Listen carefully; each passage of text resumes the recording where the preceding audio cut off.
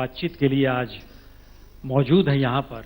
आपको देखकर किसी को भी याद आ जाएगा जब आप लाल चौक पहुंचे थे और आपने वहां पर तिरंगा फहराया था, और संयोग ऐसा था कि उस वक्त, मौजूदा वक्त में प्रधानमंत्री मोदी आप ही के साथ थे वहां पर।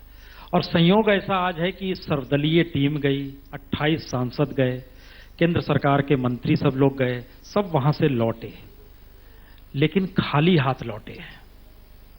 रास्ता निकल नहीं रहा है। आपने 2 दशक पहले क्या सोचा था कश्मीर को लेकर? देखिए, उस समय जो कश्मीर था उसमें 2 प्रकार की परिस्थितियां थी। एक तो सरकार के 2 दलों में संघर्ष था, फारूक अब्दुल्ला में और गुलशाह में। तो वो दोनों इन प्रवृत्तियों को, जिन्हें हम आतंकवादी के रूप में पहचानते थे, उनको वो आगे बढ़ावा दे रहे थे। और एक स्थिति तो यहां तक थी कि वहां के मुख्यमंत्री ने ये भी कहा कि भाई आप उधर जाओ और सीख के आओ, मगर जगमोहन जी की नजर में न पड़ो। दूसरी बात ये थी कि वहां से पंडितों का निष्कासन हो रहा था, और वो एक सोची समझी नीति के तहत हो रहा था। उसके लिए जब हमने पहला दौरा किया था तो बड़ी एक दर्दनाक स्थिति थी और चिंताजनक थी, और साथ ही आक्रामक, आक्रोशित लोग दिखाई देते थे कि नहीं, ये गलत है, ये नहीं चलेगा। आज परिस्थिति दूसरे प्रकार की है। आज परिस्थिति में जो घटना चक्र हुआ है वो शासन के 2 दलों के कारण से नहीं हुआ है। शासन बिल्कुल एकजुट है इस समय। ये जो एक कहते हैं lack of confidence, lack of trust, उसमें से पैदा हुआ है। और इसकी उत्तेजना में बाहरी जितना भी इनपुट है, उसके अलावा एक आंतरिक उत्तेजना है। वो गलत है, सही है, वो एक विवाद का विषय है जी। उसको हल करने के लिए आज हम वहां शासन में हैं। उस समय हम शासन में वहां नहीं थे। तो इस परिस्थिति को संभालने में ये बात जानने की जरूरत होगी कि ये जो आंतरिक आक्रोश है हमारी अपने बच्चों में जो है, इसको कैसे निपटाया जाए। दूर तक गए हमारे लोग इसमें कि हम जो सेपरेटिस्ट हैं, अलगाववादी हैं, उनसे भी मिलने को तैयार हैं, और वो हमसे मिलने को तैयार नहीं है। ये भी तो एक परिस्थिति है ना कि हम तो सुलझाने के लिए, सरकार इतनी दूर तक आगे जा रही है और वो बात करने के लिए तैयार नहीं है, क्योंकि वो जानते हैं कि जहां बात करेंगे तो सब खुल जाएगा, राज खुल जाएगा, इसलिए वो बात नहीं करेंगे हमसे। मैं ये समझता हूं इस समय आवश्यकता इसलिए है कि हमें वहां बड़े व्यापक तौर पर इन बच्चों को कॉन्फिडेंस में लेना होगा। छोटे बच्चे 10 साल, 12 साल, 14 साल, तो ये उकसाए जा रहे हैं, भड़काए जा रहे हैं, और अपनी फौज के खिलाफ पत्थर बरसाने के लिए कहा जा रहा है। ये स्थिति ऐसी होती है कि कल चल के लोग फौज के खिलाफ बंदूक उठाने लगेंगे, वो गलत बात होगी। तो उसको होने से पहले इसको संभालना और इसको रोकना जरूरी है। और मैं समझता हूं कि इस समय प्रधानमंत्री जी ने बड़े संयम से काम लिया है इसमें, और संयम की ही जरूरत है। आप ये नहीं कर सकते कि आप अपनी फौज को कहें कि इनके ऊपर गोलीबारी चलाओ, ये नहीं हो सकता। लेकिन दूसरी तरफ उनका आक्रोश, देखिए आप जानते हैं बच्चों का आक्रोश संभालना बड़ों की तुलना में ज्यादा कठिन होता है। तो वो कठिनाई है, और मैं ऐसा समझता हूं कि लोगों को ये जब पता लगेगा कि दो पुराने वो लोग जो एक दूसरे से विरुद्ध थे आज मिलकर एक परिस्थिति को सुलझाने का काम कर रहे हैं, तो रास्ते निकलने आसान होंगे। और एक तरह से सारी पार्टियां जिस तरह से मिलकर इस समय एक साथ हैं, वो परिस्थिति उस समय नहीं थी जब हमारा विरोध हो रहा था वहां जाने के लिए। आज ऐसा नहीं है, आज सब वहां जाएंगे, सब मिले, हर पार्टी के लोग गए कि वे हमसे बात करने के लिए आए हैं, बात करो। अब उनको ये दिखाना होगा, हमें बताना होगा कि ठोस हम क्या देंगे, कैसे देंगे, वो समय लगेगा। आप ऐसे मामलों में कोई चीज तत्काल नहीं कह सकते। नहीं, तत्काल की बात नहीं है। 24 कितने बरस हो गए, लगभग 1992 में आप गए थे, उस लिहाज से कहिए तो 24 बरस हो गए। जो 24 बरस के बच्चे हैं उनका जन्म ही एक लिहाज से समझे तो उसके बाद हुआ जब आप वहां पर गए थे। क्या इन 24 बरस में कश्मीर बदल गया, या कश्मीर को देखने का नजरिया जो दिल्ली का है वह बदला? इस बीच में क्या परेशानी आई? देखिए, ये बदलाव तो दोनों तरफ होता है। बदलाव की शुरुआत श्री अटल बिहारी वाजपेयी ने की, जब उन्होंने समस्या के निदान के लिए एक बहुत महत्वपूर्ण वाक्य कहा कि कश्मीर की समस्या का निदान जमहूरियत, कश्मीरियत और इंसानियत के दायरे में हो। क्योंकि कश्मीर में एक मनोवृत्ति है कि कश्मीरियत कोई एक ऐसी चीज है जो उनकी विशेषता है। अब ये उनको आज तक नहीं समझाया गया कि वो कश्मीरियत इस हिंदुस्तानियत का ही एक अंश है। जो हिंदुस्तानियत है वही कश्मीरियत है। मैं नहीं समझता कि कोई कश्मीरियत में ऐसी चीजें हैं जो हिंदुस्तानियत के विरुद्ध है। लेकिन मामले को इंसानियत के दायरे पर सुलझाने की जरूरत है आज, खास तौर पर कम से कम। तो जो उन्होंने रास्ता दिखाया था उसमें से अगर आप केवल जमहूरियत और कश्मीरियत पर बहस करते रहेंगे तो शायद बहुत देर लगेगी। लेकिन अगर इंसानियत के रास्ते पर हम उन्हें ले आएं और ये दिखा दें कि ये सरकार जो केंद्र में बैठी है और ये जो फौज भी यहाँ खड़ी है ये इंसानियत के दायरे में काम कर रही है, तो मैं समझता हूँ बहुत जल्दी चीज़ों का समाधान हो सकता है। तो आपको लगता है जो स्टेप्स उठाए जा रहे हैं, कश्मीर को उन्हें स्टेप्स की जरूरत है या उसको कुछ और चाहिए? देखिए, मैं ऐसा समझता हूँ कि ऐसे मामलों में जो एक तो सीधी सीधी बात सरकार और जनता की होती है, लेकिन एक जिसे कहते हैं आप पर्दे के पीछे की राजनीति, तो एक बड़ी संख्या में हमें ये प्रयत्न करने होंगे कि वहाँ के लोगों से, यहाँ के लोग जो नॉन पॉलिटिकल हों, साहित्यकार हों, संगीतकार हों, समाजशास्त्री हों, अध्यापक हों, वैज्ञानिक हों, जो जिनके बारे में लोगों को ये भरोसा हो कि इनकी पर्सनल पॉलिटिक्स कोई नहीं है, तो मैं समझता हूँ शायद ज़्यादा कारगर होगा लोगों को भरोसे में लाने के लिए। क्योंकि आप भी जिक्र किया करते थे अखंडता का, या अखंड भारत का जिक्र आपने कई बार किया, और जब बीजेपी के अध्यक्ष थे तब भी आपने किया। मौजूदा वक्त में पाकिस्तान के कब्जे वाले कश्मीर का भी जिक्र होकर आ गया। सिर्फ जिक्र करने से अखंडता की स्थिति आएगी, या आपको लगता है नहीं, कुछ और अब आगे कदम उठाने का वक्त आ गया है? देखिए, ये बहुत जटिल बात है, इसको साधारण सिंप्लीफाई नहीं किया जा सकता। एक तो अखंडता ये है कि जो हमारा देश मौजूदा है ये खंडित न होने पाए, एक अखंडता का ये दृष्टिकोण है। दूसरा यह है कि जो हमारा देश 1947 में हमें मिला था वो अखंड रहे। तो उसमें तो पाक अधिकृत कश्मीर आता है, वो भी भारत का अंग है, भारत में मिलना चाहिए। पार्लियामेंट ने, संसद ने 2 बार प्रस्ताव किया है इसके ऊपर कि वो सब हमारा है। अब इसमें आप देखेंगे कि इसके एक हिस्से को जो पाकिस्तान के कब्जे में है उसने चीन को लीज कर दिया या डोनेट कर दिया, बिल्कुल उसमें चीन आ गया, तो समस्या बढ़ती गई।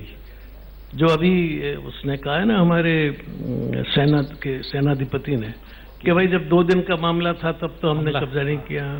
तो अब ये एक कदम, उस समय जो हमारे नेता थे उन्होंने कुछ सोच के वो नहीं किया, तो वो नहीं किया तो नहीं किया। अब उसका कैसे रास्ता निकाला जाए ये हमारे आपके जिम्मे पर है।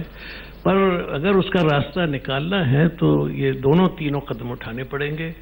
अंतर्राष्ट्रीय कूटनीति, मैं समझता हूँ प्रधानमंत्री जी ने जो ये बलूचिस्तान का मसला उठा दिया है, ये उस दृष्टि में एक बहुत अच्छी कूटनीति भी है और रणनीति भी है। क्योंकि अब या तो इसमें चीन को सोचना पड़ेगा कि भाई ये तो भारत का हिस्सा है और ये बिल्कुल असर्ट कर रहे हैं, उस पर आग्रह कर रहे हैं, तो मैं आगे बढ़ूं न बढ़ूं। उसकी तो सारी जो अरब सागर में जाने की योजना है और एक बड़ी सड़क बनाने की योजना है वो ठप हो जाती है। तो इसलिए ये एक बहुत महत्वपूर्ण बात उठाई। और बलूचिस्तान में वो तो बलूचिस्तान कभी पाकिस्तान को मिला नहीं था, वो तो जिन्ना ने कब्जा किया था। तो उसका कहना है, जायज कहना है कि भाई हम कब थे तुम्हारे हिस्से, तुम्हारे साथ रहे भी, लेकिन तुम तो हमें पचा नहीं पाए हो, हम नहीं रहेंगे तुम्हारे साथ। तो ये कहने का हक उसे है। इसके तोड़ में वो कश्मीर के मामले में ये नहीं कह सकता कि हमने कश्मीर में कब्जा थोड़ी किया है। कश्मीर तो हमें जो देश के अंदर रियासतें शामिल हुई उसी तरह से शामिल हुआ, एक्सेशन हुआ। नहीं, हर मौके पर जिक्र वाजपेयी डॉक्ट्रिन का होता है। वाजपेयी डॉक्ट्रिन के समय आप खुद सरकार में थे और मौजूदा वक्त में आप बाहर से चीजों को देख रहे हैं। क्या मौजूदा वक्त की स्थितियां वाजपेयी डॉक्ट्रिन का विस्तार है या एक दूसरी स्थिति आ चुकी है देश के सामने? देखिए, स्थिति कोई भी हो, जहां तक कश्मीर जो भारत के अंदर है, जितने जो हमारे ही अधिकार में है, उसके लिए देखने का दृष्टिकोण तो वाजपेयी डॉक्ट्रिन के अलावा और कोई नहीं है।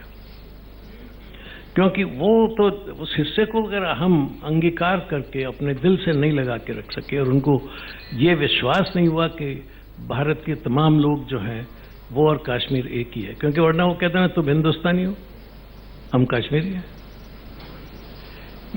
ये जो अलगाव हुआ है कि तुम हिंदुस्तानी हो हम कश्मीरी हैं, उसकी जड़ में जाना पड़ेगा। जिन लोगों ने ये बात वहां फैलाई है उनसे कैसे डील किया जाए, और जो फैल गई है एक तरह के अनबूझ बच्चों में, उसको कैसे डील किया जाए।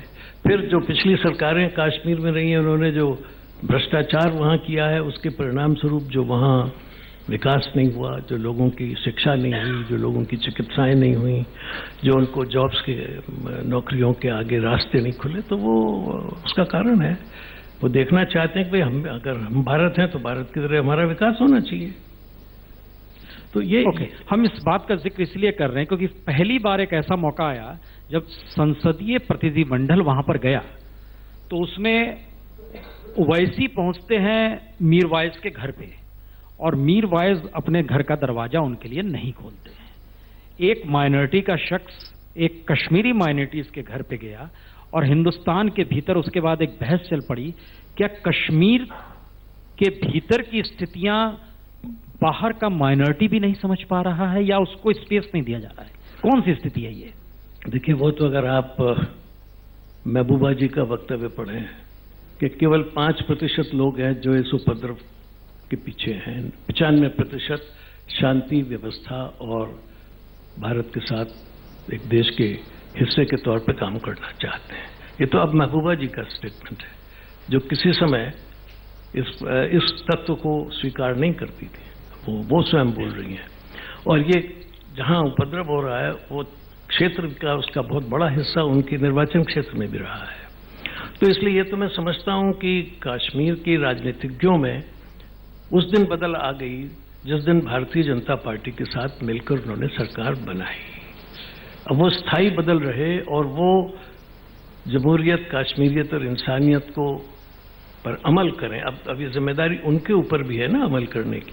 हम तो उसके लिए रास्ते दे सकते हैं, उसके लिए जो आवश्यक व्यवस्थाएं हैं वो कर सकते हैं, मगर उसे काम में लाने की, क्रियान्वयन करने का तो उत्तरदायित्व अब महबूबा जी पर है मुख्यमंत्री के नाते। तो इसलिए स्थिति में ये एक परिवर्तन है। पहले की सरकार हमारे साथ नहीं थी, अब की ये सरकार केंद्र की सरकार के हिस्से के तौर पर भी काम कर रही है, दोनों मिलकर काम कर रहे हैं। तो ये एक बड़ा बदलाव है। और आप देखते हैं कि बहुत से लोग जो पहले अलगाववादियों में थे वो छोड़ करके भारतीय जनता पार्टी में भी आए हैं। तो ये मैं समझता हूं कि कुछ तो बदलाव आ रहे हैं, लेकिन ये बहुत जल्दी आ जाएंगे और ये समस्या का निदान पलक झपकते हो जाएगा, ऐसा मैं नहीं समझता। लेकिन इसमें अगर हम लगे रहे और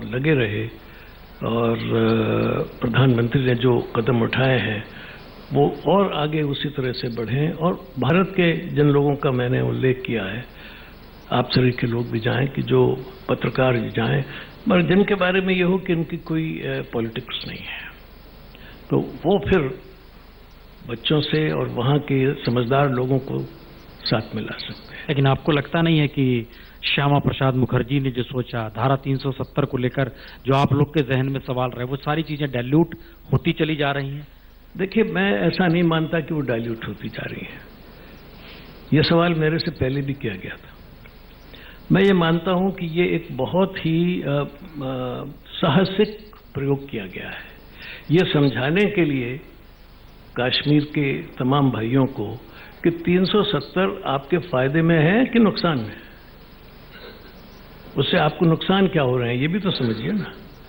और अब ये बहस के डॉक्टर श्यामा प्रसाद मुखर्जी ने जो उठाया था, क्या हम भूले तो नहीं है, लेकिन जब उठाया था तब दूसरी स्थितियां थी। तब वो इशू इसलिए महत्वपूर्ण था कि कश्मीर के साथ जो हमारे सरकार के लोगों के संबंध थे, यानी कश्मीर की सरकार के साथ, वो एक हॉस्टाइल लोग थे हमारे लिए, देश के लिए। जो आखिरकार को जो लोग बैठे थे वो तो पहले वही थे जिन्होंने मुस्लिम कॉन्फ्रेंस बनाई थी और बाद में नेशनल कॉन्फ्रेंस बनाई, और जिनके साथ भारत की सरकार के तरह तरह के संबंध बिगड़ते बनते रहे। आज तो परिस्थिति दूसरी है। और दूसरी बात यह है कि 370 का लाभ और हानि ये तो तभी समझेगी जनता जब वहां के लोग उसको समझाने में शामिल होंगे। अब हमको, मेरा विश्वास ऐसा है कि हमारे साथ अब महबूबा भी शामिल होंगी बात समझाने में, क्योंकि वो भी तो बोल रही है ना कि कश्मीर हिंदुस्तान का हिस्सा है, इसे कोई अलग नहीं कर सकता। तो अब आपको मौका मिले जाने का, तो आप जाना चाहेंगे? नहीं, मुझे जाने में क्या, नहीं, जाने का मतलब है कि समाधान और स्थितियों को, वो तो सरकार का काम है। देखिए, उसमें जो कोई उनको उचित लगेगा कि किस किस को जाना चाहिए, क्या करना चाहिए, वो तो एक अलग बात।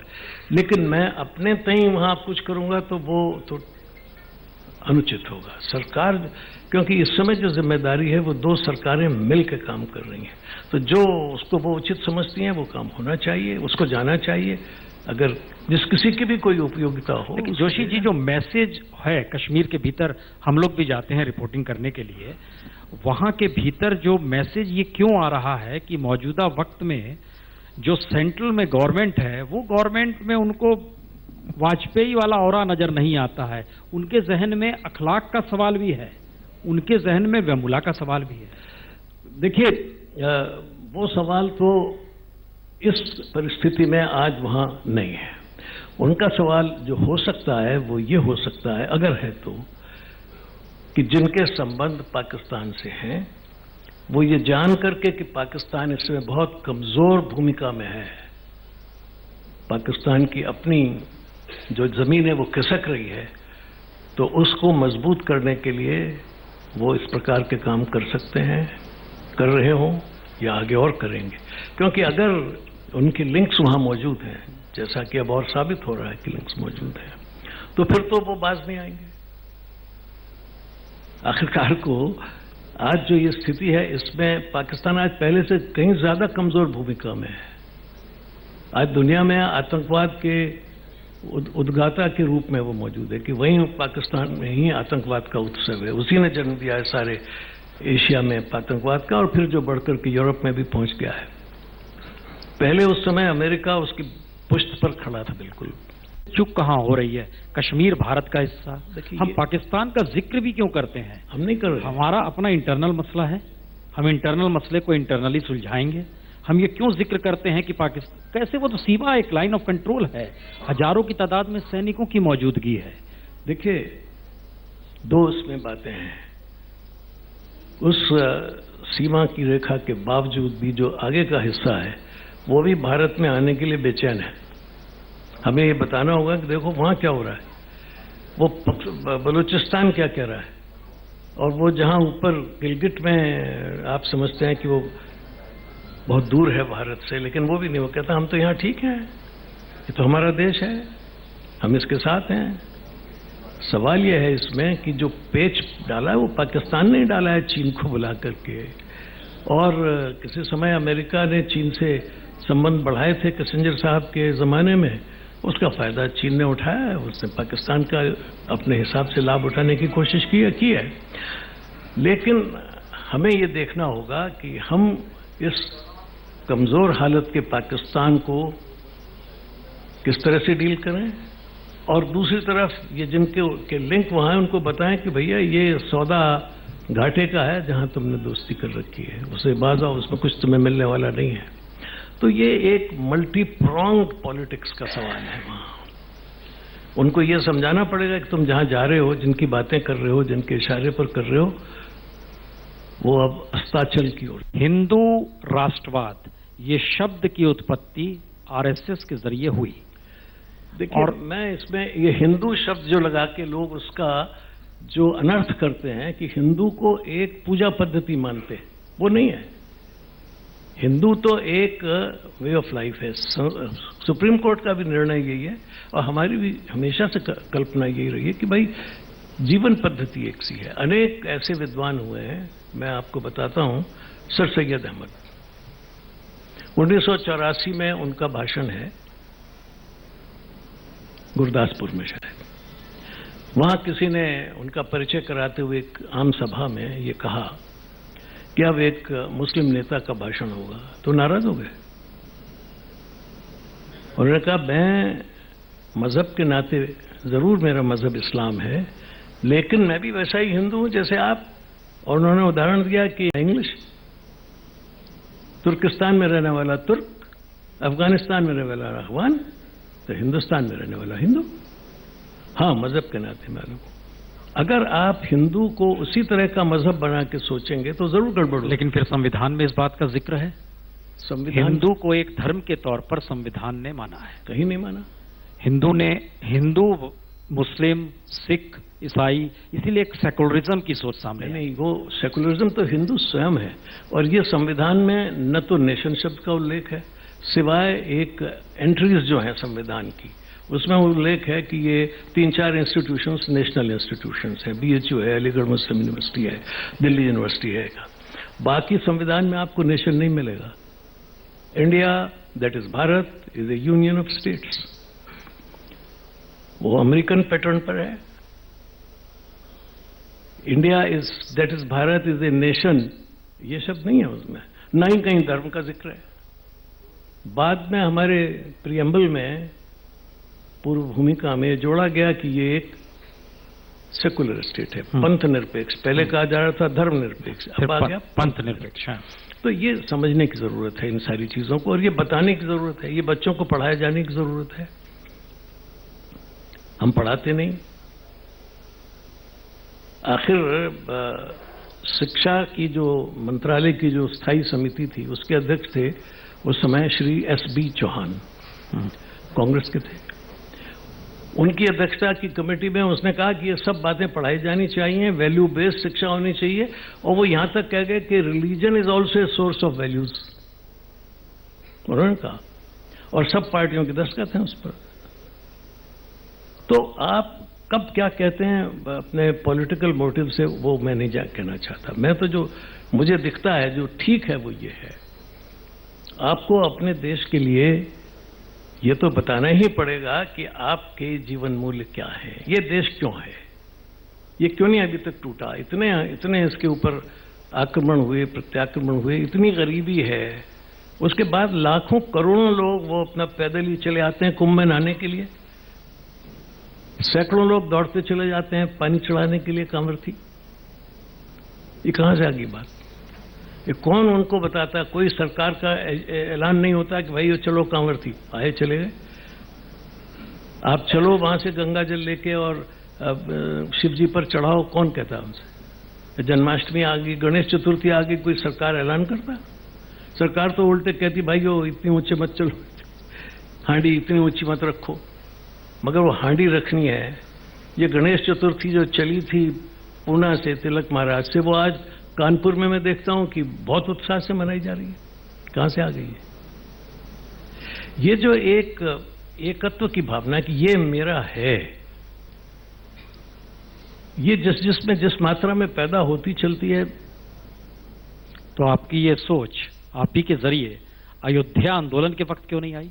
वह सोच तब भी वहां थी। नहीं, हाँ, आप वहां मंदिर को किसी रूप में देख रहे थे, मस्जिद को किसी दूसरे रूप में। ना, हमने कभी मस्जिद शब्द का प्रयोग ही नहीं किया। नहीं, आपने नहीं किया, लेकिन जो लोग सोच, वो तो सोचाए गए।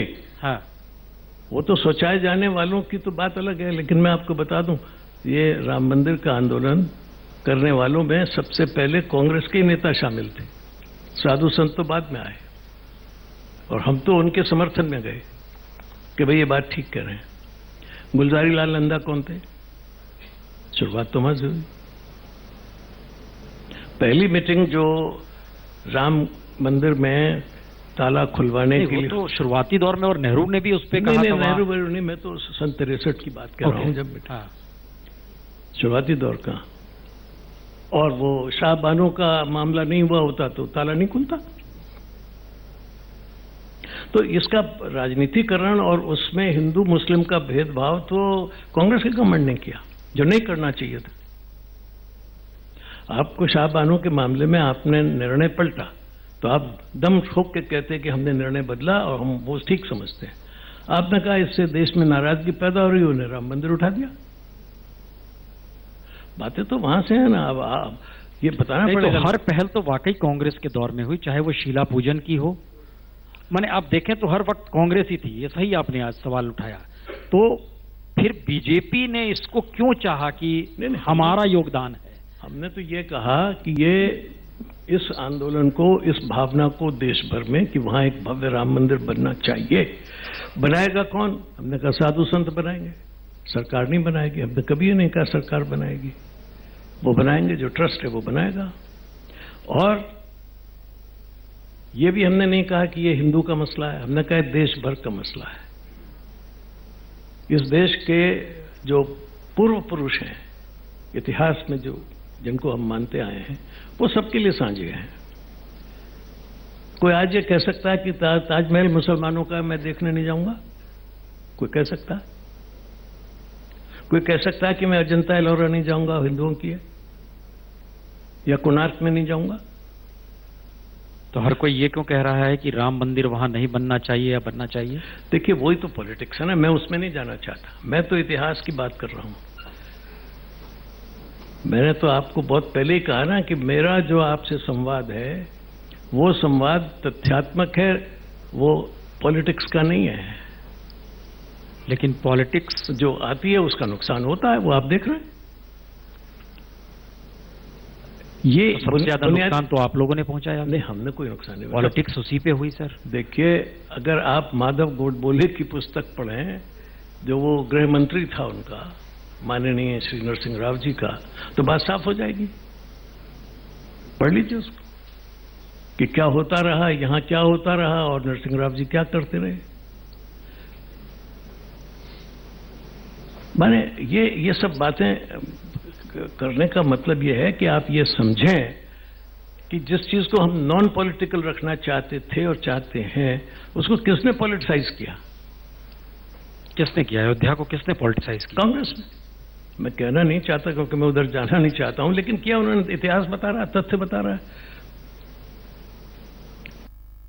कांग्रेस को हुआ, उसका लाभ नुकसान तो हर को हुआ, जो भी कुछ हुआ।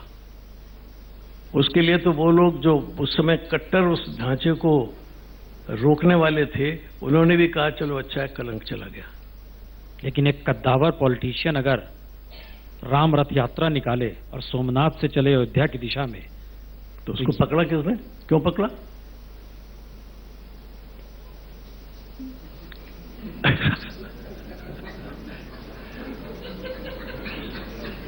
सवाल ये है कि यात्रा निकल रही है।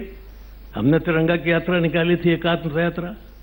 इसमें कांग्रेस कहीं नहीं थी। नहीं। पकड़ा जिसने ना वो कांग्रेस का नहीं, था, पर वो जो रथ यात्रा, उस समय प्रधानमंत्री भी कांग्रेस का नहीं था। लेकिन आप ये देखें हुआ क्या उसमें ये हुआ कि एक मुख्यमंत्री ये कह रहा है कि मुझे ये बताने के लिए कि मैं एंटी बीजेपी हूं, एंटी हिंदू हूं, मेरे यहां से तो यात्रा निकाल दी और दूसरे से पकड़वा दी। अब तो ये बोला जा रहा है ना। तो सवाल ये है कि कौन पॉलिटिक्स कर रहा है उस पर? तो अब जब अदालत में है तो रास्ता क्या है? तो हम तो बहुत पहले से कहते आ रहे हैं कि इसके तीन ही रास्ते हैं।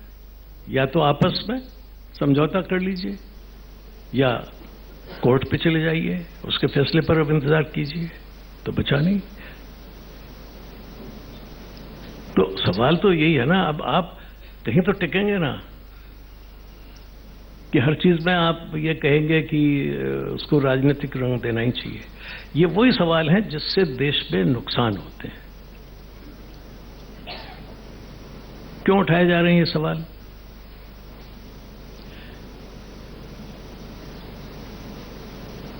वो जिस आग को शांत करने की जरूरत है कि उसे भड़काने की जरूरत है, हम ये पूछ रहे हैं। आखिर अगर समाज में ये है धारणाएं हैं, गलत धारणाएं फैली हुई हैं, तो उनको आप ठीक करें या उनको और उकसाएं? नहीं, आज आप बिल्कुल एक अलग खड़े हुए दिखाई दे रहे हैं, जो पॉलिटिशियंस की भीड़ से अलग है। और वो हर पॉलिटिशियन को देख रहा है कि तुम्हारी पॉलिटिक्स गलत, तुमने देश को आहत किया। वो XYZ कोई भी हो सकता है, वो PV नरसिम्हा राव भी हो सकते हैं, लाल कृष्ण आडवाणी भी हो सकते हैं, वो मैं भी हो सकता हूं, आप भी हो सकते हैं। उसमें हम कैसे हो? आप ही नहीं, आप भी हो सकते हैं, मैं भी हो सकता हूं। पत्रकार कोई कम थोड़े हैं उसमें। तो ये निरपेक्ष भाव जो आज आप में आया है, लेकिन आपकी भूमिका हर दौर में हर मुद्दे को लेकर उस तत्कालिक स्थिति और आज की स्थिति में इतना अंतर क्यों आ गया है? मेरी भूमिका तो तब भी उसी आधार पर थी जिस पर मैं आज हूं। मैं तो तब भी यही कहता था कि राम सबके पुरखे हैं। और बहुत सारे मुसलमान भाइयों ने राम की तारीफ में उसको इमाम हिंद कहा। ये तो सवाल ये है कि इसको बिगाड़ा किसने इन बातों को? इसका मतलब है कि मुरली मनोहर जोशी काशी और मथुरा के साथ नहीं खड़े हैं। नहीं, मैं तो सारे देश के साथ खड़ा हूं। काशी मथुरा क्या सवाल है? आपके साथ भी खड़ा हूं। काशी हमारे देश की सबसे पवित्र नगरियों में से एक है, प्राचीन नगरियों में से एक है। मथुरा श्री कृष्ण की लीला स्थली है और हमारे मुख्यमंत्री इस प्रदेश के उसको कितना सुंदर बना रहे हैं। ये बात दूसरी है कि कुछ दिनों तक उसमें एक अलग भारत भी बनता रहा, लेकिन अब वो साफ हो गया हुआ, लेकिन विकास हो रहा है। मेरा कहने का प्रश्न ये है कि आप किसी भी सवाल को एक दृष्टिकोण की संकीर्णता से देखते हैं या विशालता से देखते हैं? पॉलिटिक्स की जरूरत है संकीर्णता में आना। अब वो हो, लेकिन हम तो विज्ञान के विद्यार्थी हैं मूलतः। हम तो हमारे विश्वविद्यालय में इलाहाबाद में वो थे फिराक साहब, उर्दू के, बिल्कुल। उनकी एक लाइन मुझे अक्सर याद रहती है, जो जहर हलाहल है अमृत भी वही, लेकिन मालूम नहीं तुझको अंदाज है पीने के।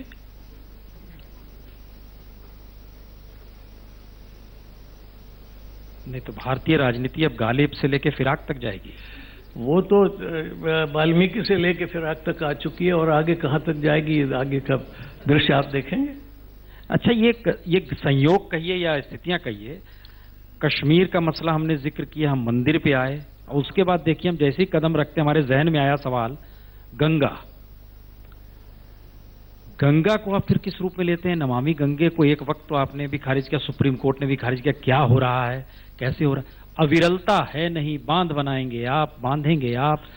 देखिए, इस पे मैंने जो हमारी एस्टिमेट कमेटी है उसकी एक रिपोर्ट दी हुई है और मैं उसका अध्यक्ष हूं। हमारा सदन का नियम यह है, संसद का, कि उस कमेटी के अध्यक्ष या सदस्य जो कमेटी की हमारी रिपोर्ट है उससे के संदर्भ में कुछ बोल नहीं सकते बाहर। तो इसलिए जो मैंने वहां लिखा है उसके बारे में मैं कुछ नहीं कह सकता। जो लिखा है उसे पढ़ लीजिए, वो तो अब संसद की प्रॉपर्टी है। और मुझे खुशी है कि उसकी बहुत सी चीज़ों पर मंत्रालय उचित निर्णय भी ले रहे हैं। लेकिन ये महत्वपूर्ण है कि संयुक्त राष्ट्र संघ ने विश्व की 10 सबसे पुरानी बड़ी नदियों को, जिनको लगभग मृतप्राय घोषित किया है और जो सबसे अधिक प्रदूषित नदियों में से एक है, ये दुर्भाग्य है हमारा कि जिसे हम राष्ट्रीय नदी कहते हैं वो उनमें से एक है। गंगा और मीकोंग दोनों ही दक्षिण एशिया की नदियां हैं, उनको सबसे अधिक प्रदूषित और डाइंग रिवर्स डिक्लेयर। अम्बेडकर का भी जिक्र बहुत बार हुआ, लेकिन दलितों के सवाल को लेकर एक मौन है, महिलाओं के सवाल को लेकर एक मौन है, समाज के भीतर पॉलिटिकल तनाव से जो स्थितियां बिगड़ रही है उसको लेकर एक मौन है। देखिए, मैं इसको फिर कहता हूं कि ये तो वही मैंने कहा ना, वो अंदाज अलग हैं पीने के, तो ये अलग अलग अंदाज हैं उसमें। आज जिस आप भाजपा की बात कह रहे हैं कि मौन है, वो अपने जन्म से ही ये बात कर रही है कि भाई सामाजिक समरसता होनी चाहिए। मौन कहाँ है? हाँ, उस प्रश्न को लेकर के समाज में तनाव फैलाया जाए, हम इसके विरोधी हैं। वो पॉलिटिकल क्वेश्चन बन के वोट बैंक की पॉलिटिक्स में जाए, इससे देश का बड़ा भारी नुकसान होता है। और आज वो कहीं पर संप्रदाय के नाम पर, कहीं पर जाति के नाम पर। देखिए, हम लोग जब चौधरी चरण सिंह जी को से मिले थे और उनको प्रदेश का मुख्यमंत्री बनाया, तोड़कर लाए थे हम उन्हें कांग्रेस से, तो जाट के नाते नहीं लाए थे, किसान नेता के नाते लाए। वो सारी राजनीति हमारी ये थी कि ये किसानों का दुर्लक्ष्य हो रहा है, और किसान कृषक जो भारत की अर्थनीति का मुख्य है, उसका अगर कोई उत्तर प्रदेश में सबसे अच्छा प्रतिनिधि है तो वो चौधरी चरण सिंह थे। बोले ये नहीं कहा हमने कि हम एक जाट नेता को लाए, हमने कहा हम एक किसान नेता को लाए। हमने कभी जो ग्रामीण राजनीति भी की वो किसानी को लेकर के की। मजदूर किसान, खेतीहर किसान, बड़ा किसान, छोटा किसान, इसी तरह से ये हम उसको वो नहीं मानते। अगर ऐसा नहीं होता है सर। हाँ, लेकिन अब ऐसा नहीं है। नहीं, अब तो सभी तरह तरह के लोग हैं, जमाना हर तरह के लोगों से मिलकर बन रहा है, तो हर तरह की बातें हो रही हैं। लेकिन ये आज भी हम मानते नहीं हैं अपनी पार्टी में इस बात को। नहीं, ऐसा ना कहिए। प्रधानमंत्री खुद अपनी जात बताते हैं। देखिए, वही पॉलिटिक्स है ना वहां। कि जात बताना उनको इसलिए जरूरी पड़ रहा है कि लोग ये समझते हैं कि मोदी हैं, तो वो साफ कर देते हैं कि भाई मैं कैसा मोदी हूं। मैं शोषक वाली टर्मिनोलॉजी में नहीं हूं, मैं पोषक वाली में हूं, ये बात है। पर जो एक व्यापारी के लिए एक आम धारणा बना दी गई है कि ये तो शोषण करता है गरीबों का, गांव में बैठा हुआ जो मोदी है, तो ये बता रहे हैं भाई नहीं, मैं पोषक हूं, शोषक नहीं हूं। हम भविष्य के राष्ट्रपति से बात कर रहे हैं। राष्ट्रपति वर्तमान में मौजूद है, भविष्य का नहीं होता, और राष्ट्रपति जब होता है वर्तमान में होता है। बहुत कम वक्त बचा है। वो पार्टी उसका विचार करती है, और जो कुछ उचित निर्णय होता है वो करती है। पार्टी तय करेगी, आप भी मान लेंगे? ये सब बात तो पार्टी ही तय करती है। जो उचित होता है, देश हित में होता है, उसका विचार करते हुए करती है। देश हित में होगा ना? मेरा ऐसा ही विश्वास है। बहुत बहुत शुक्रिया।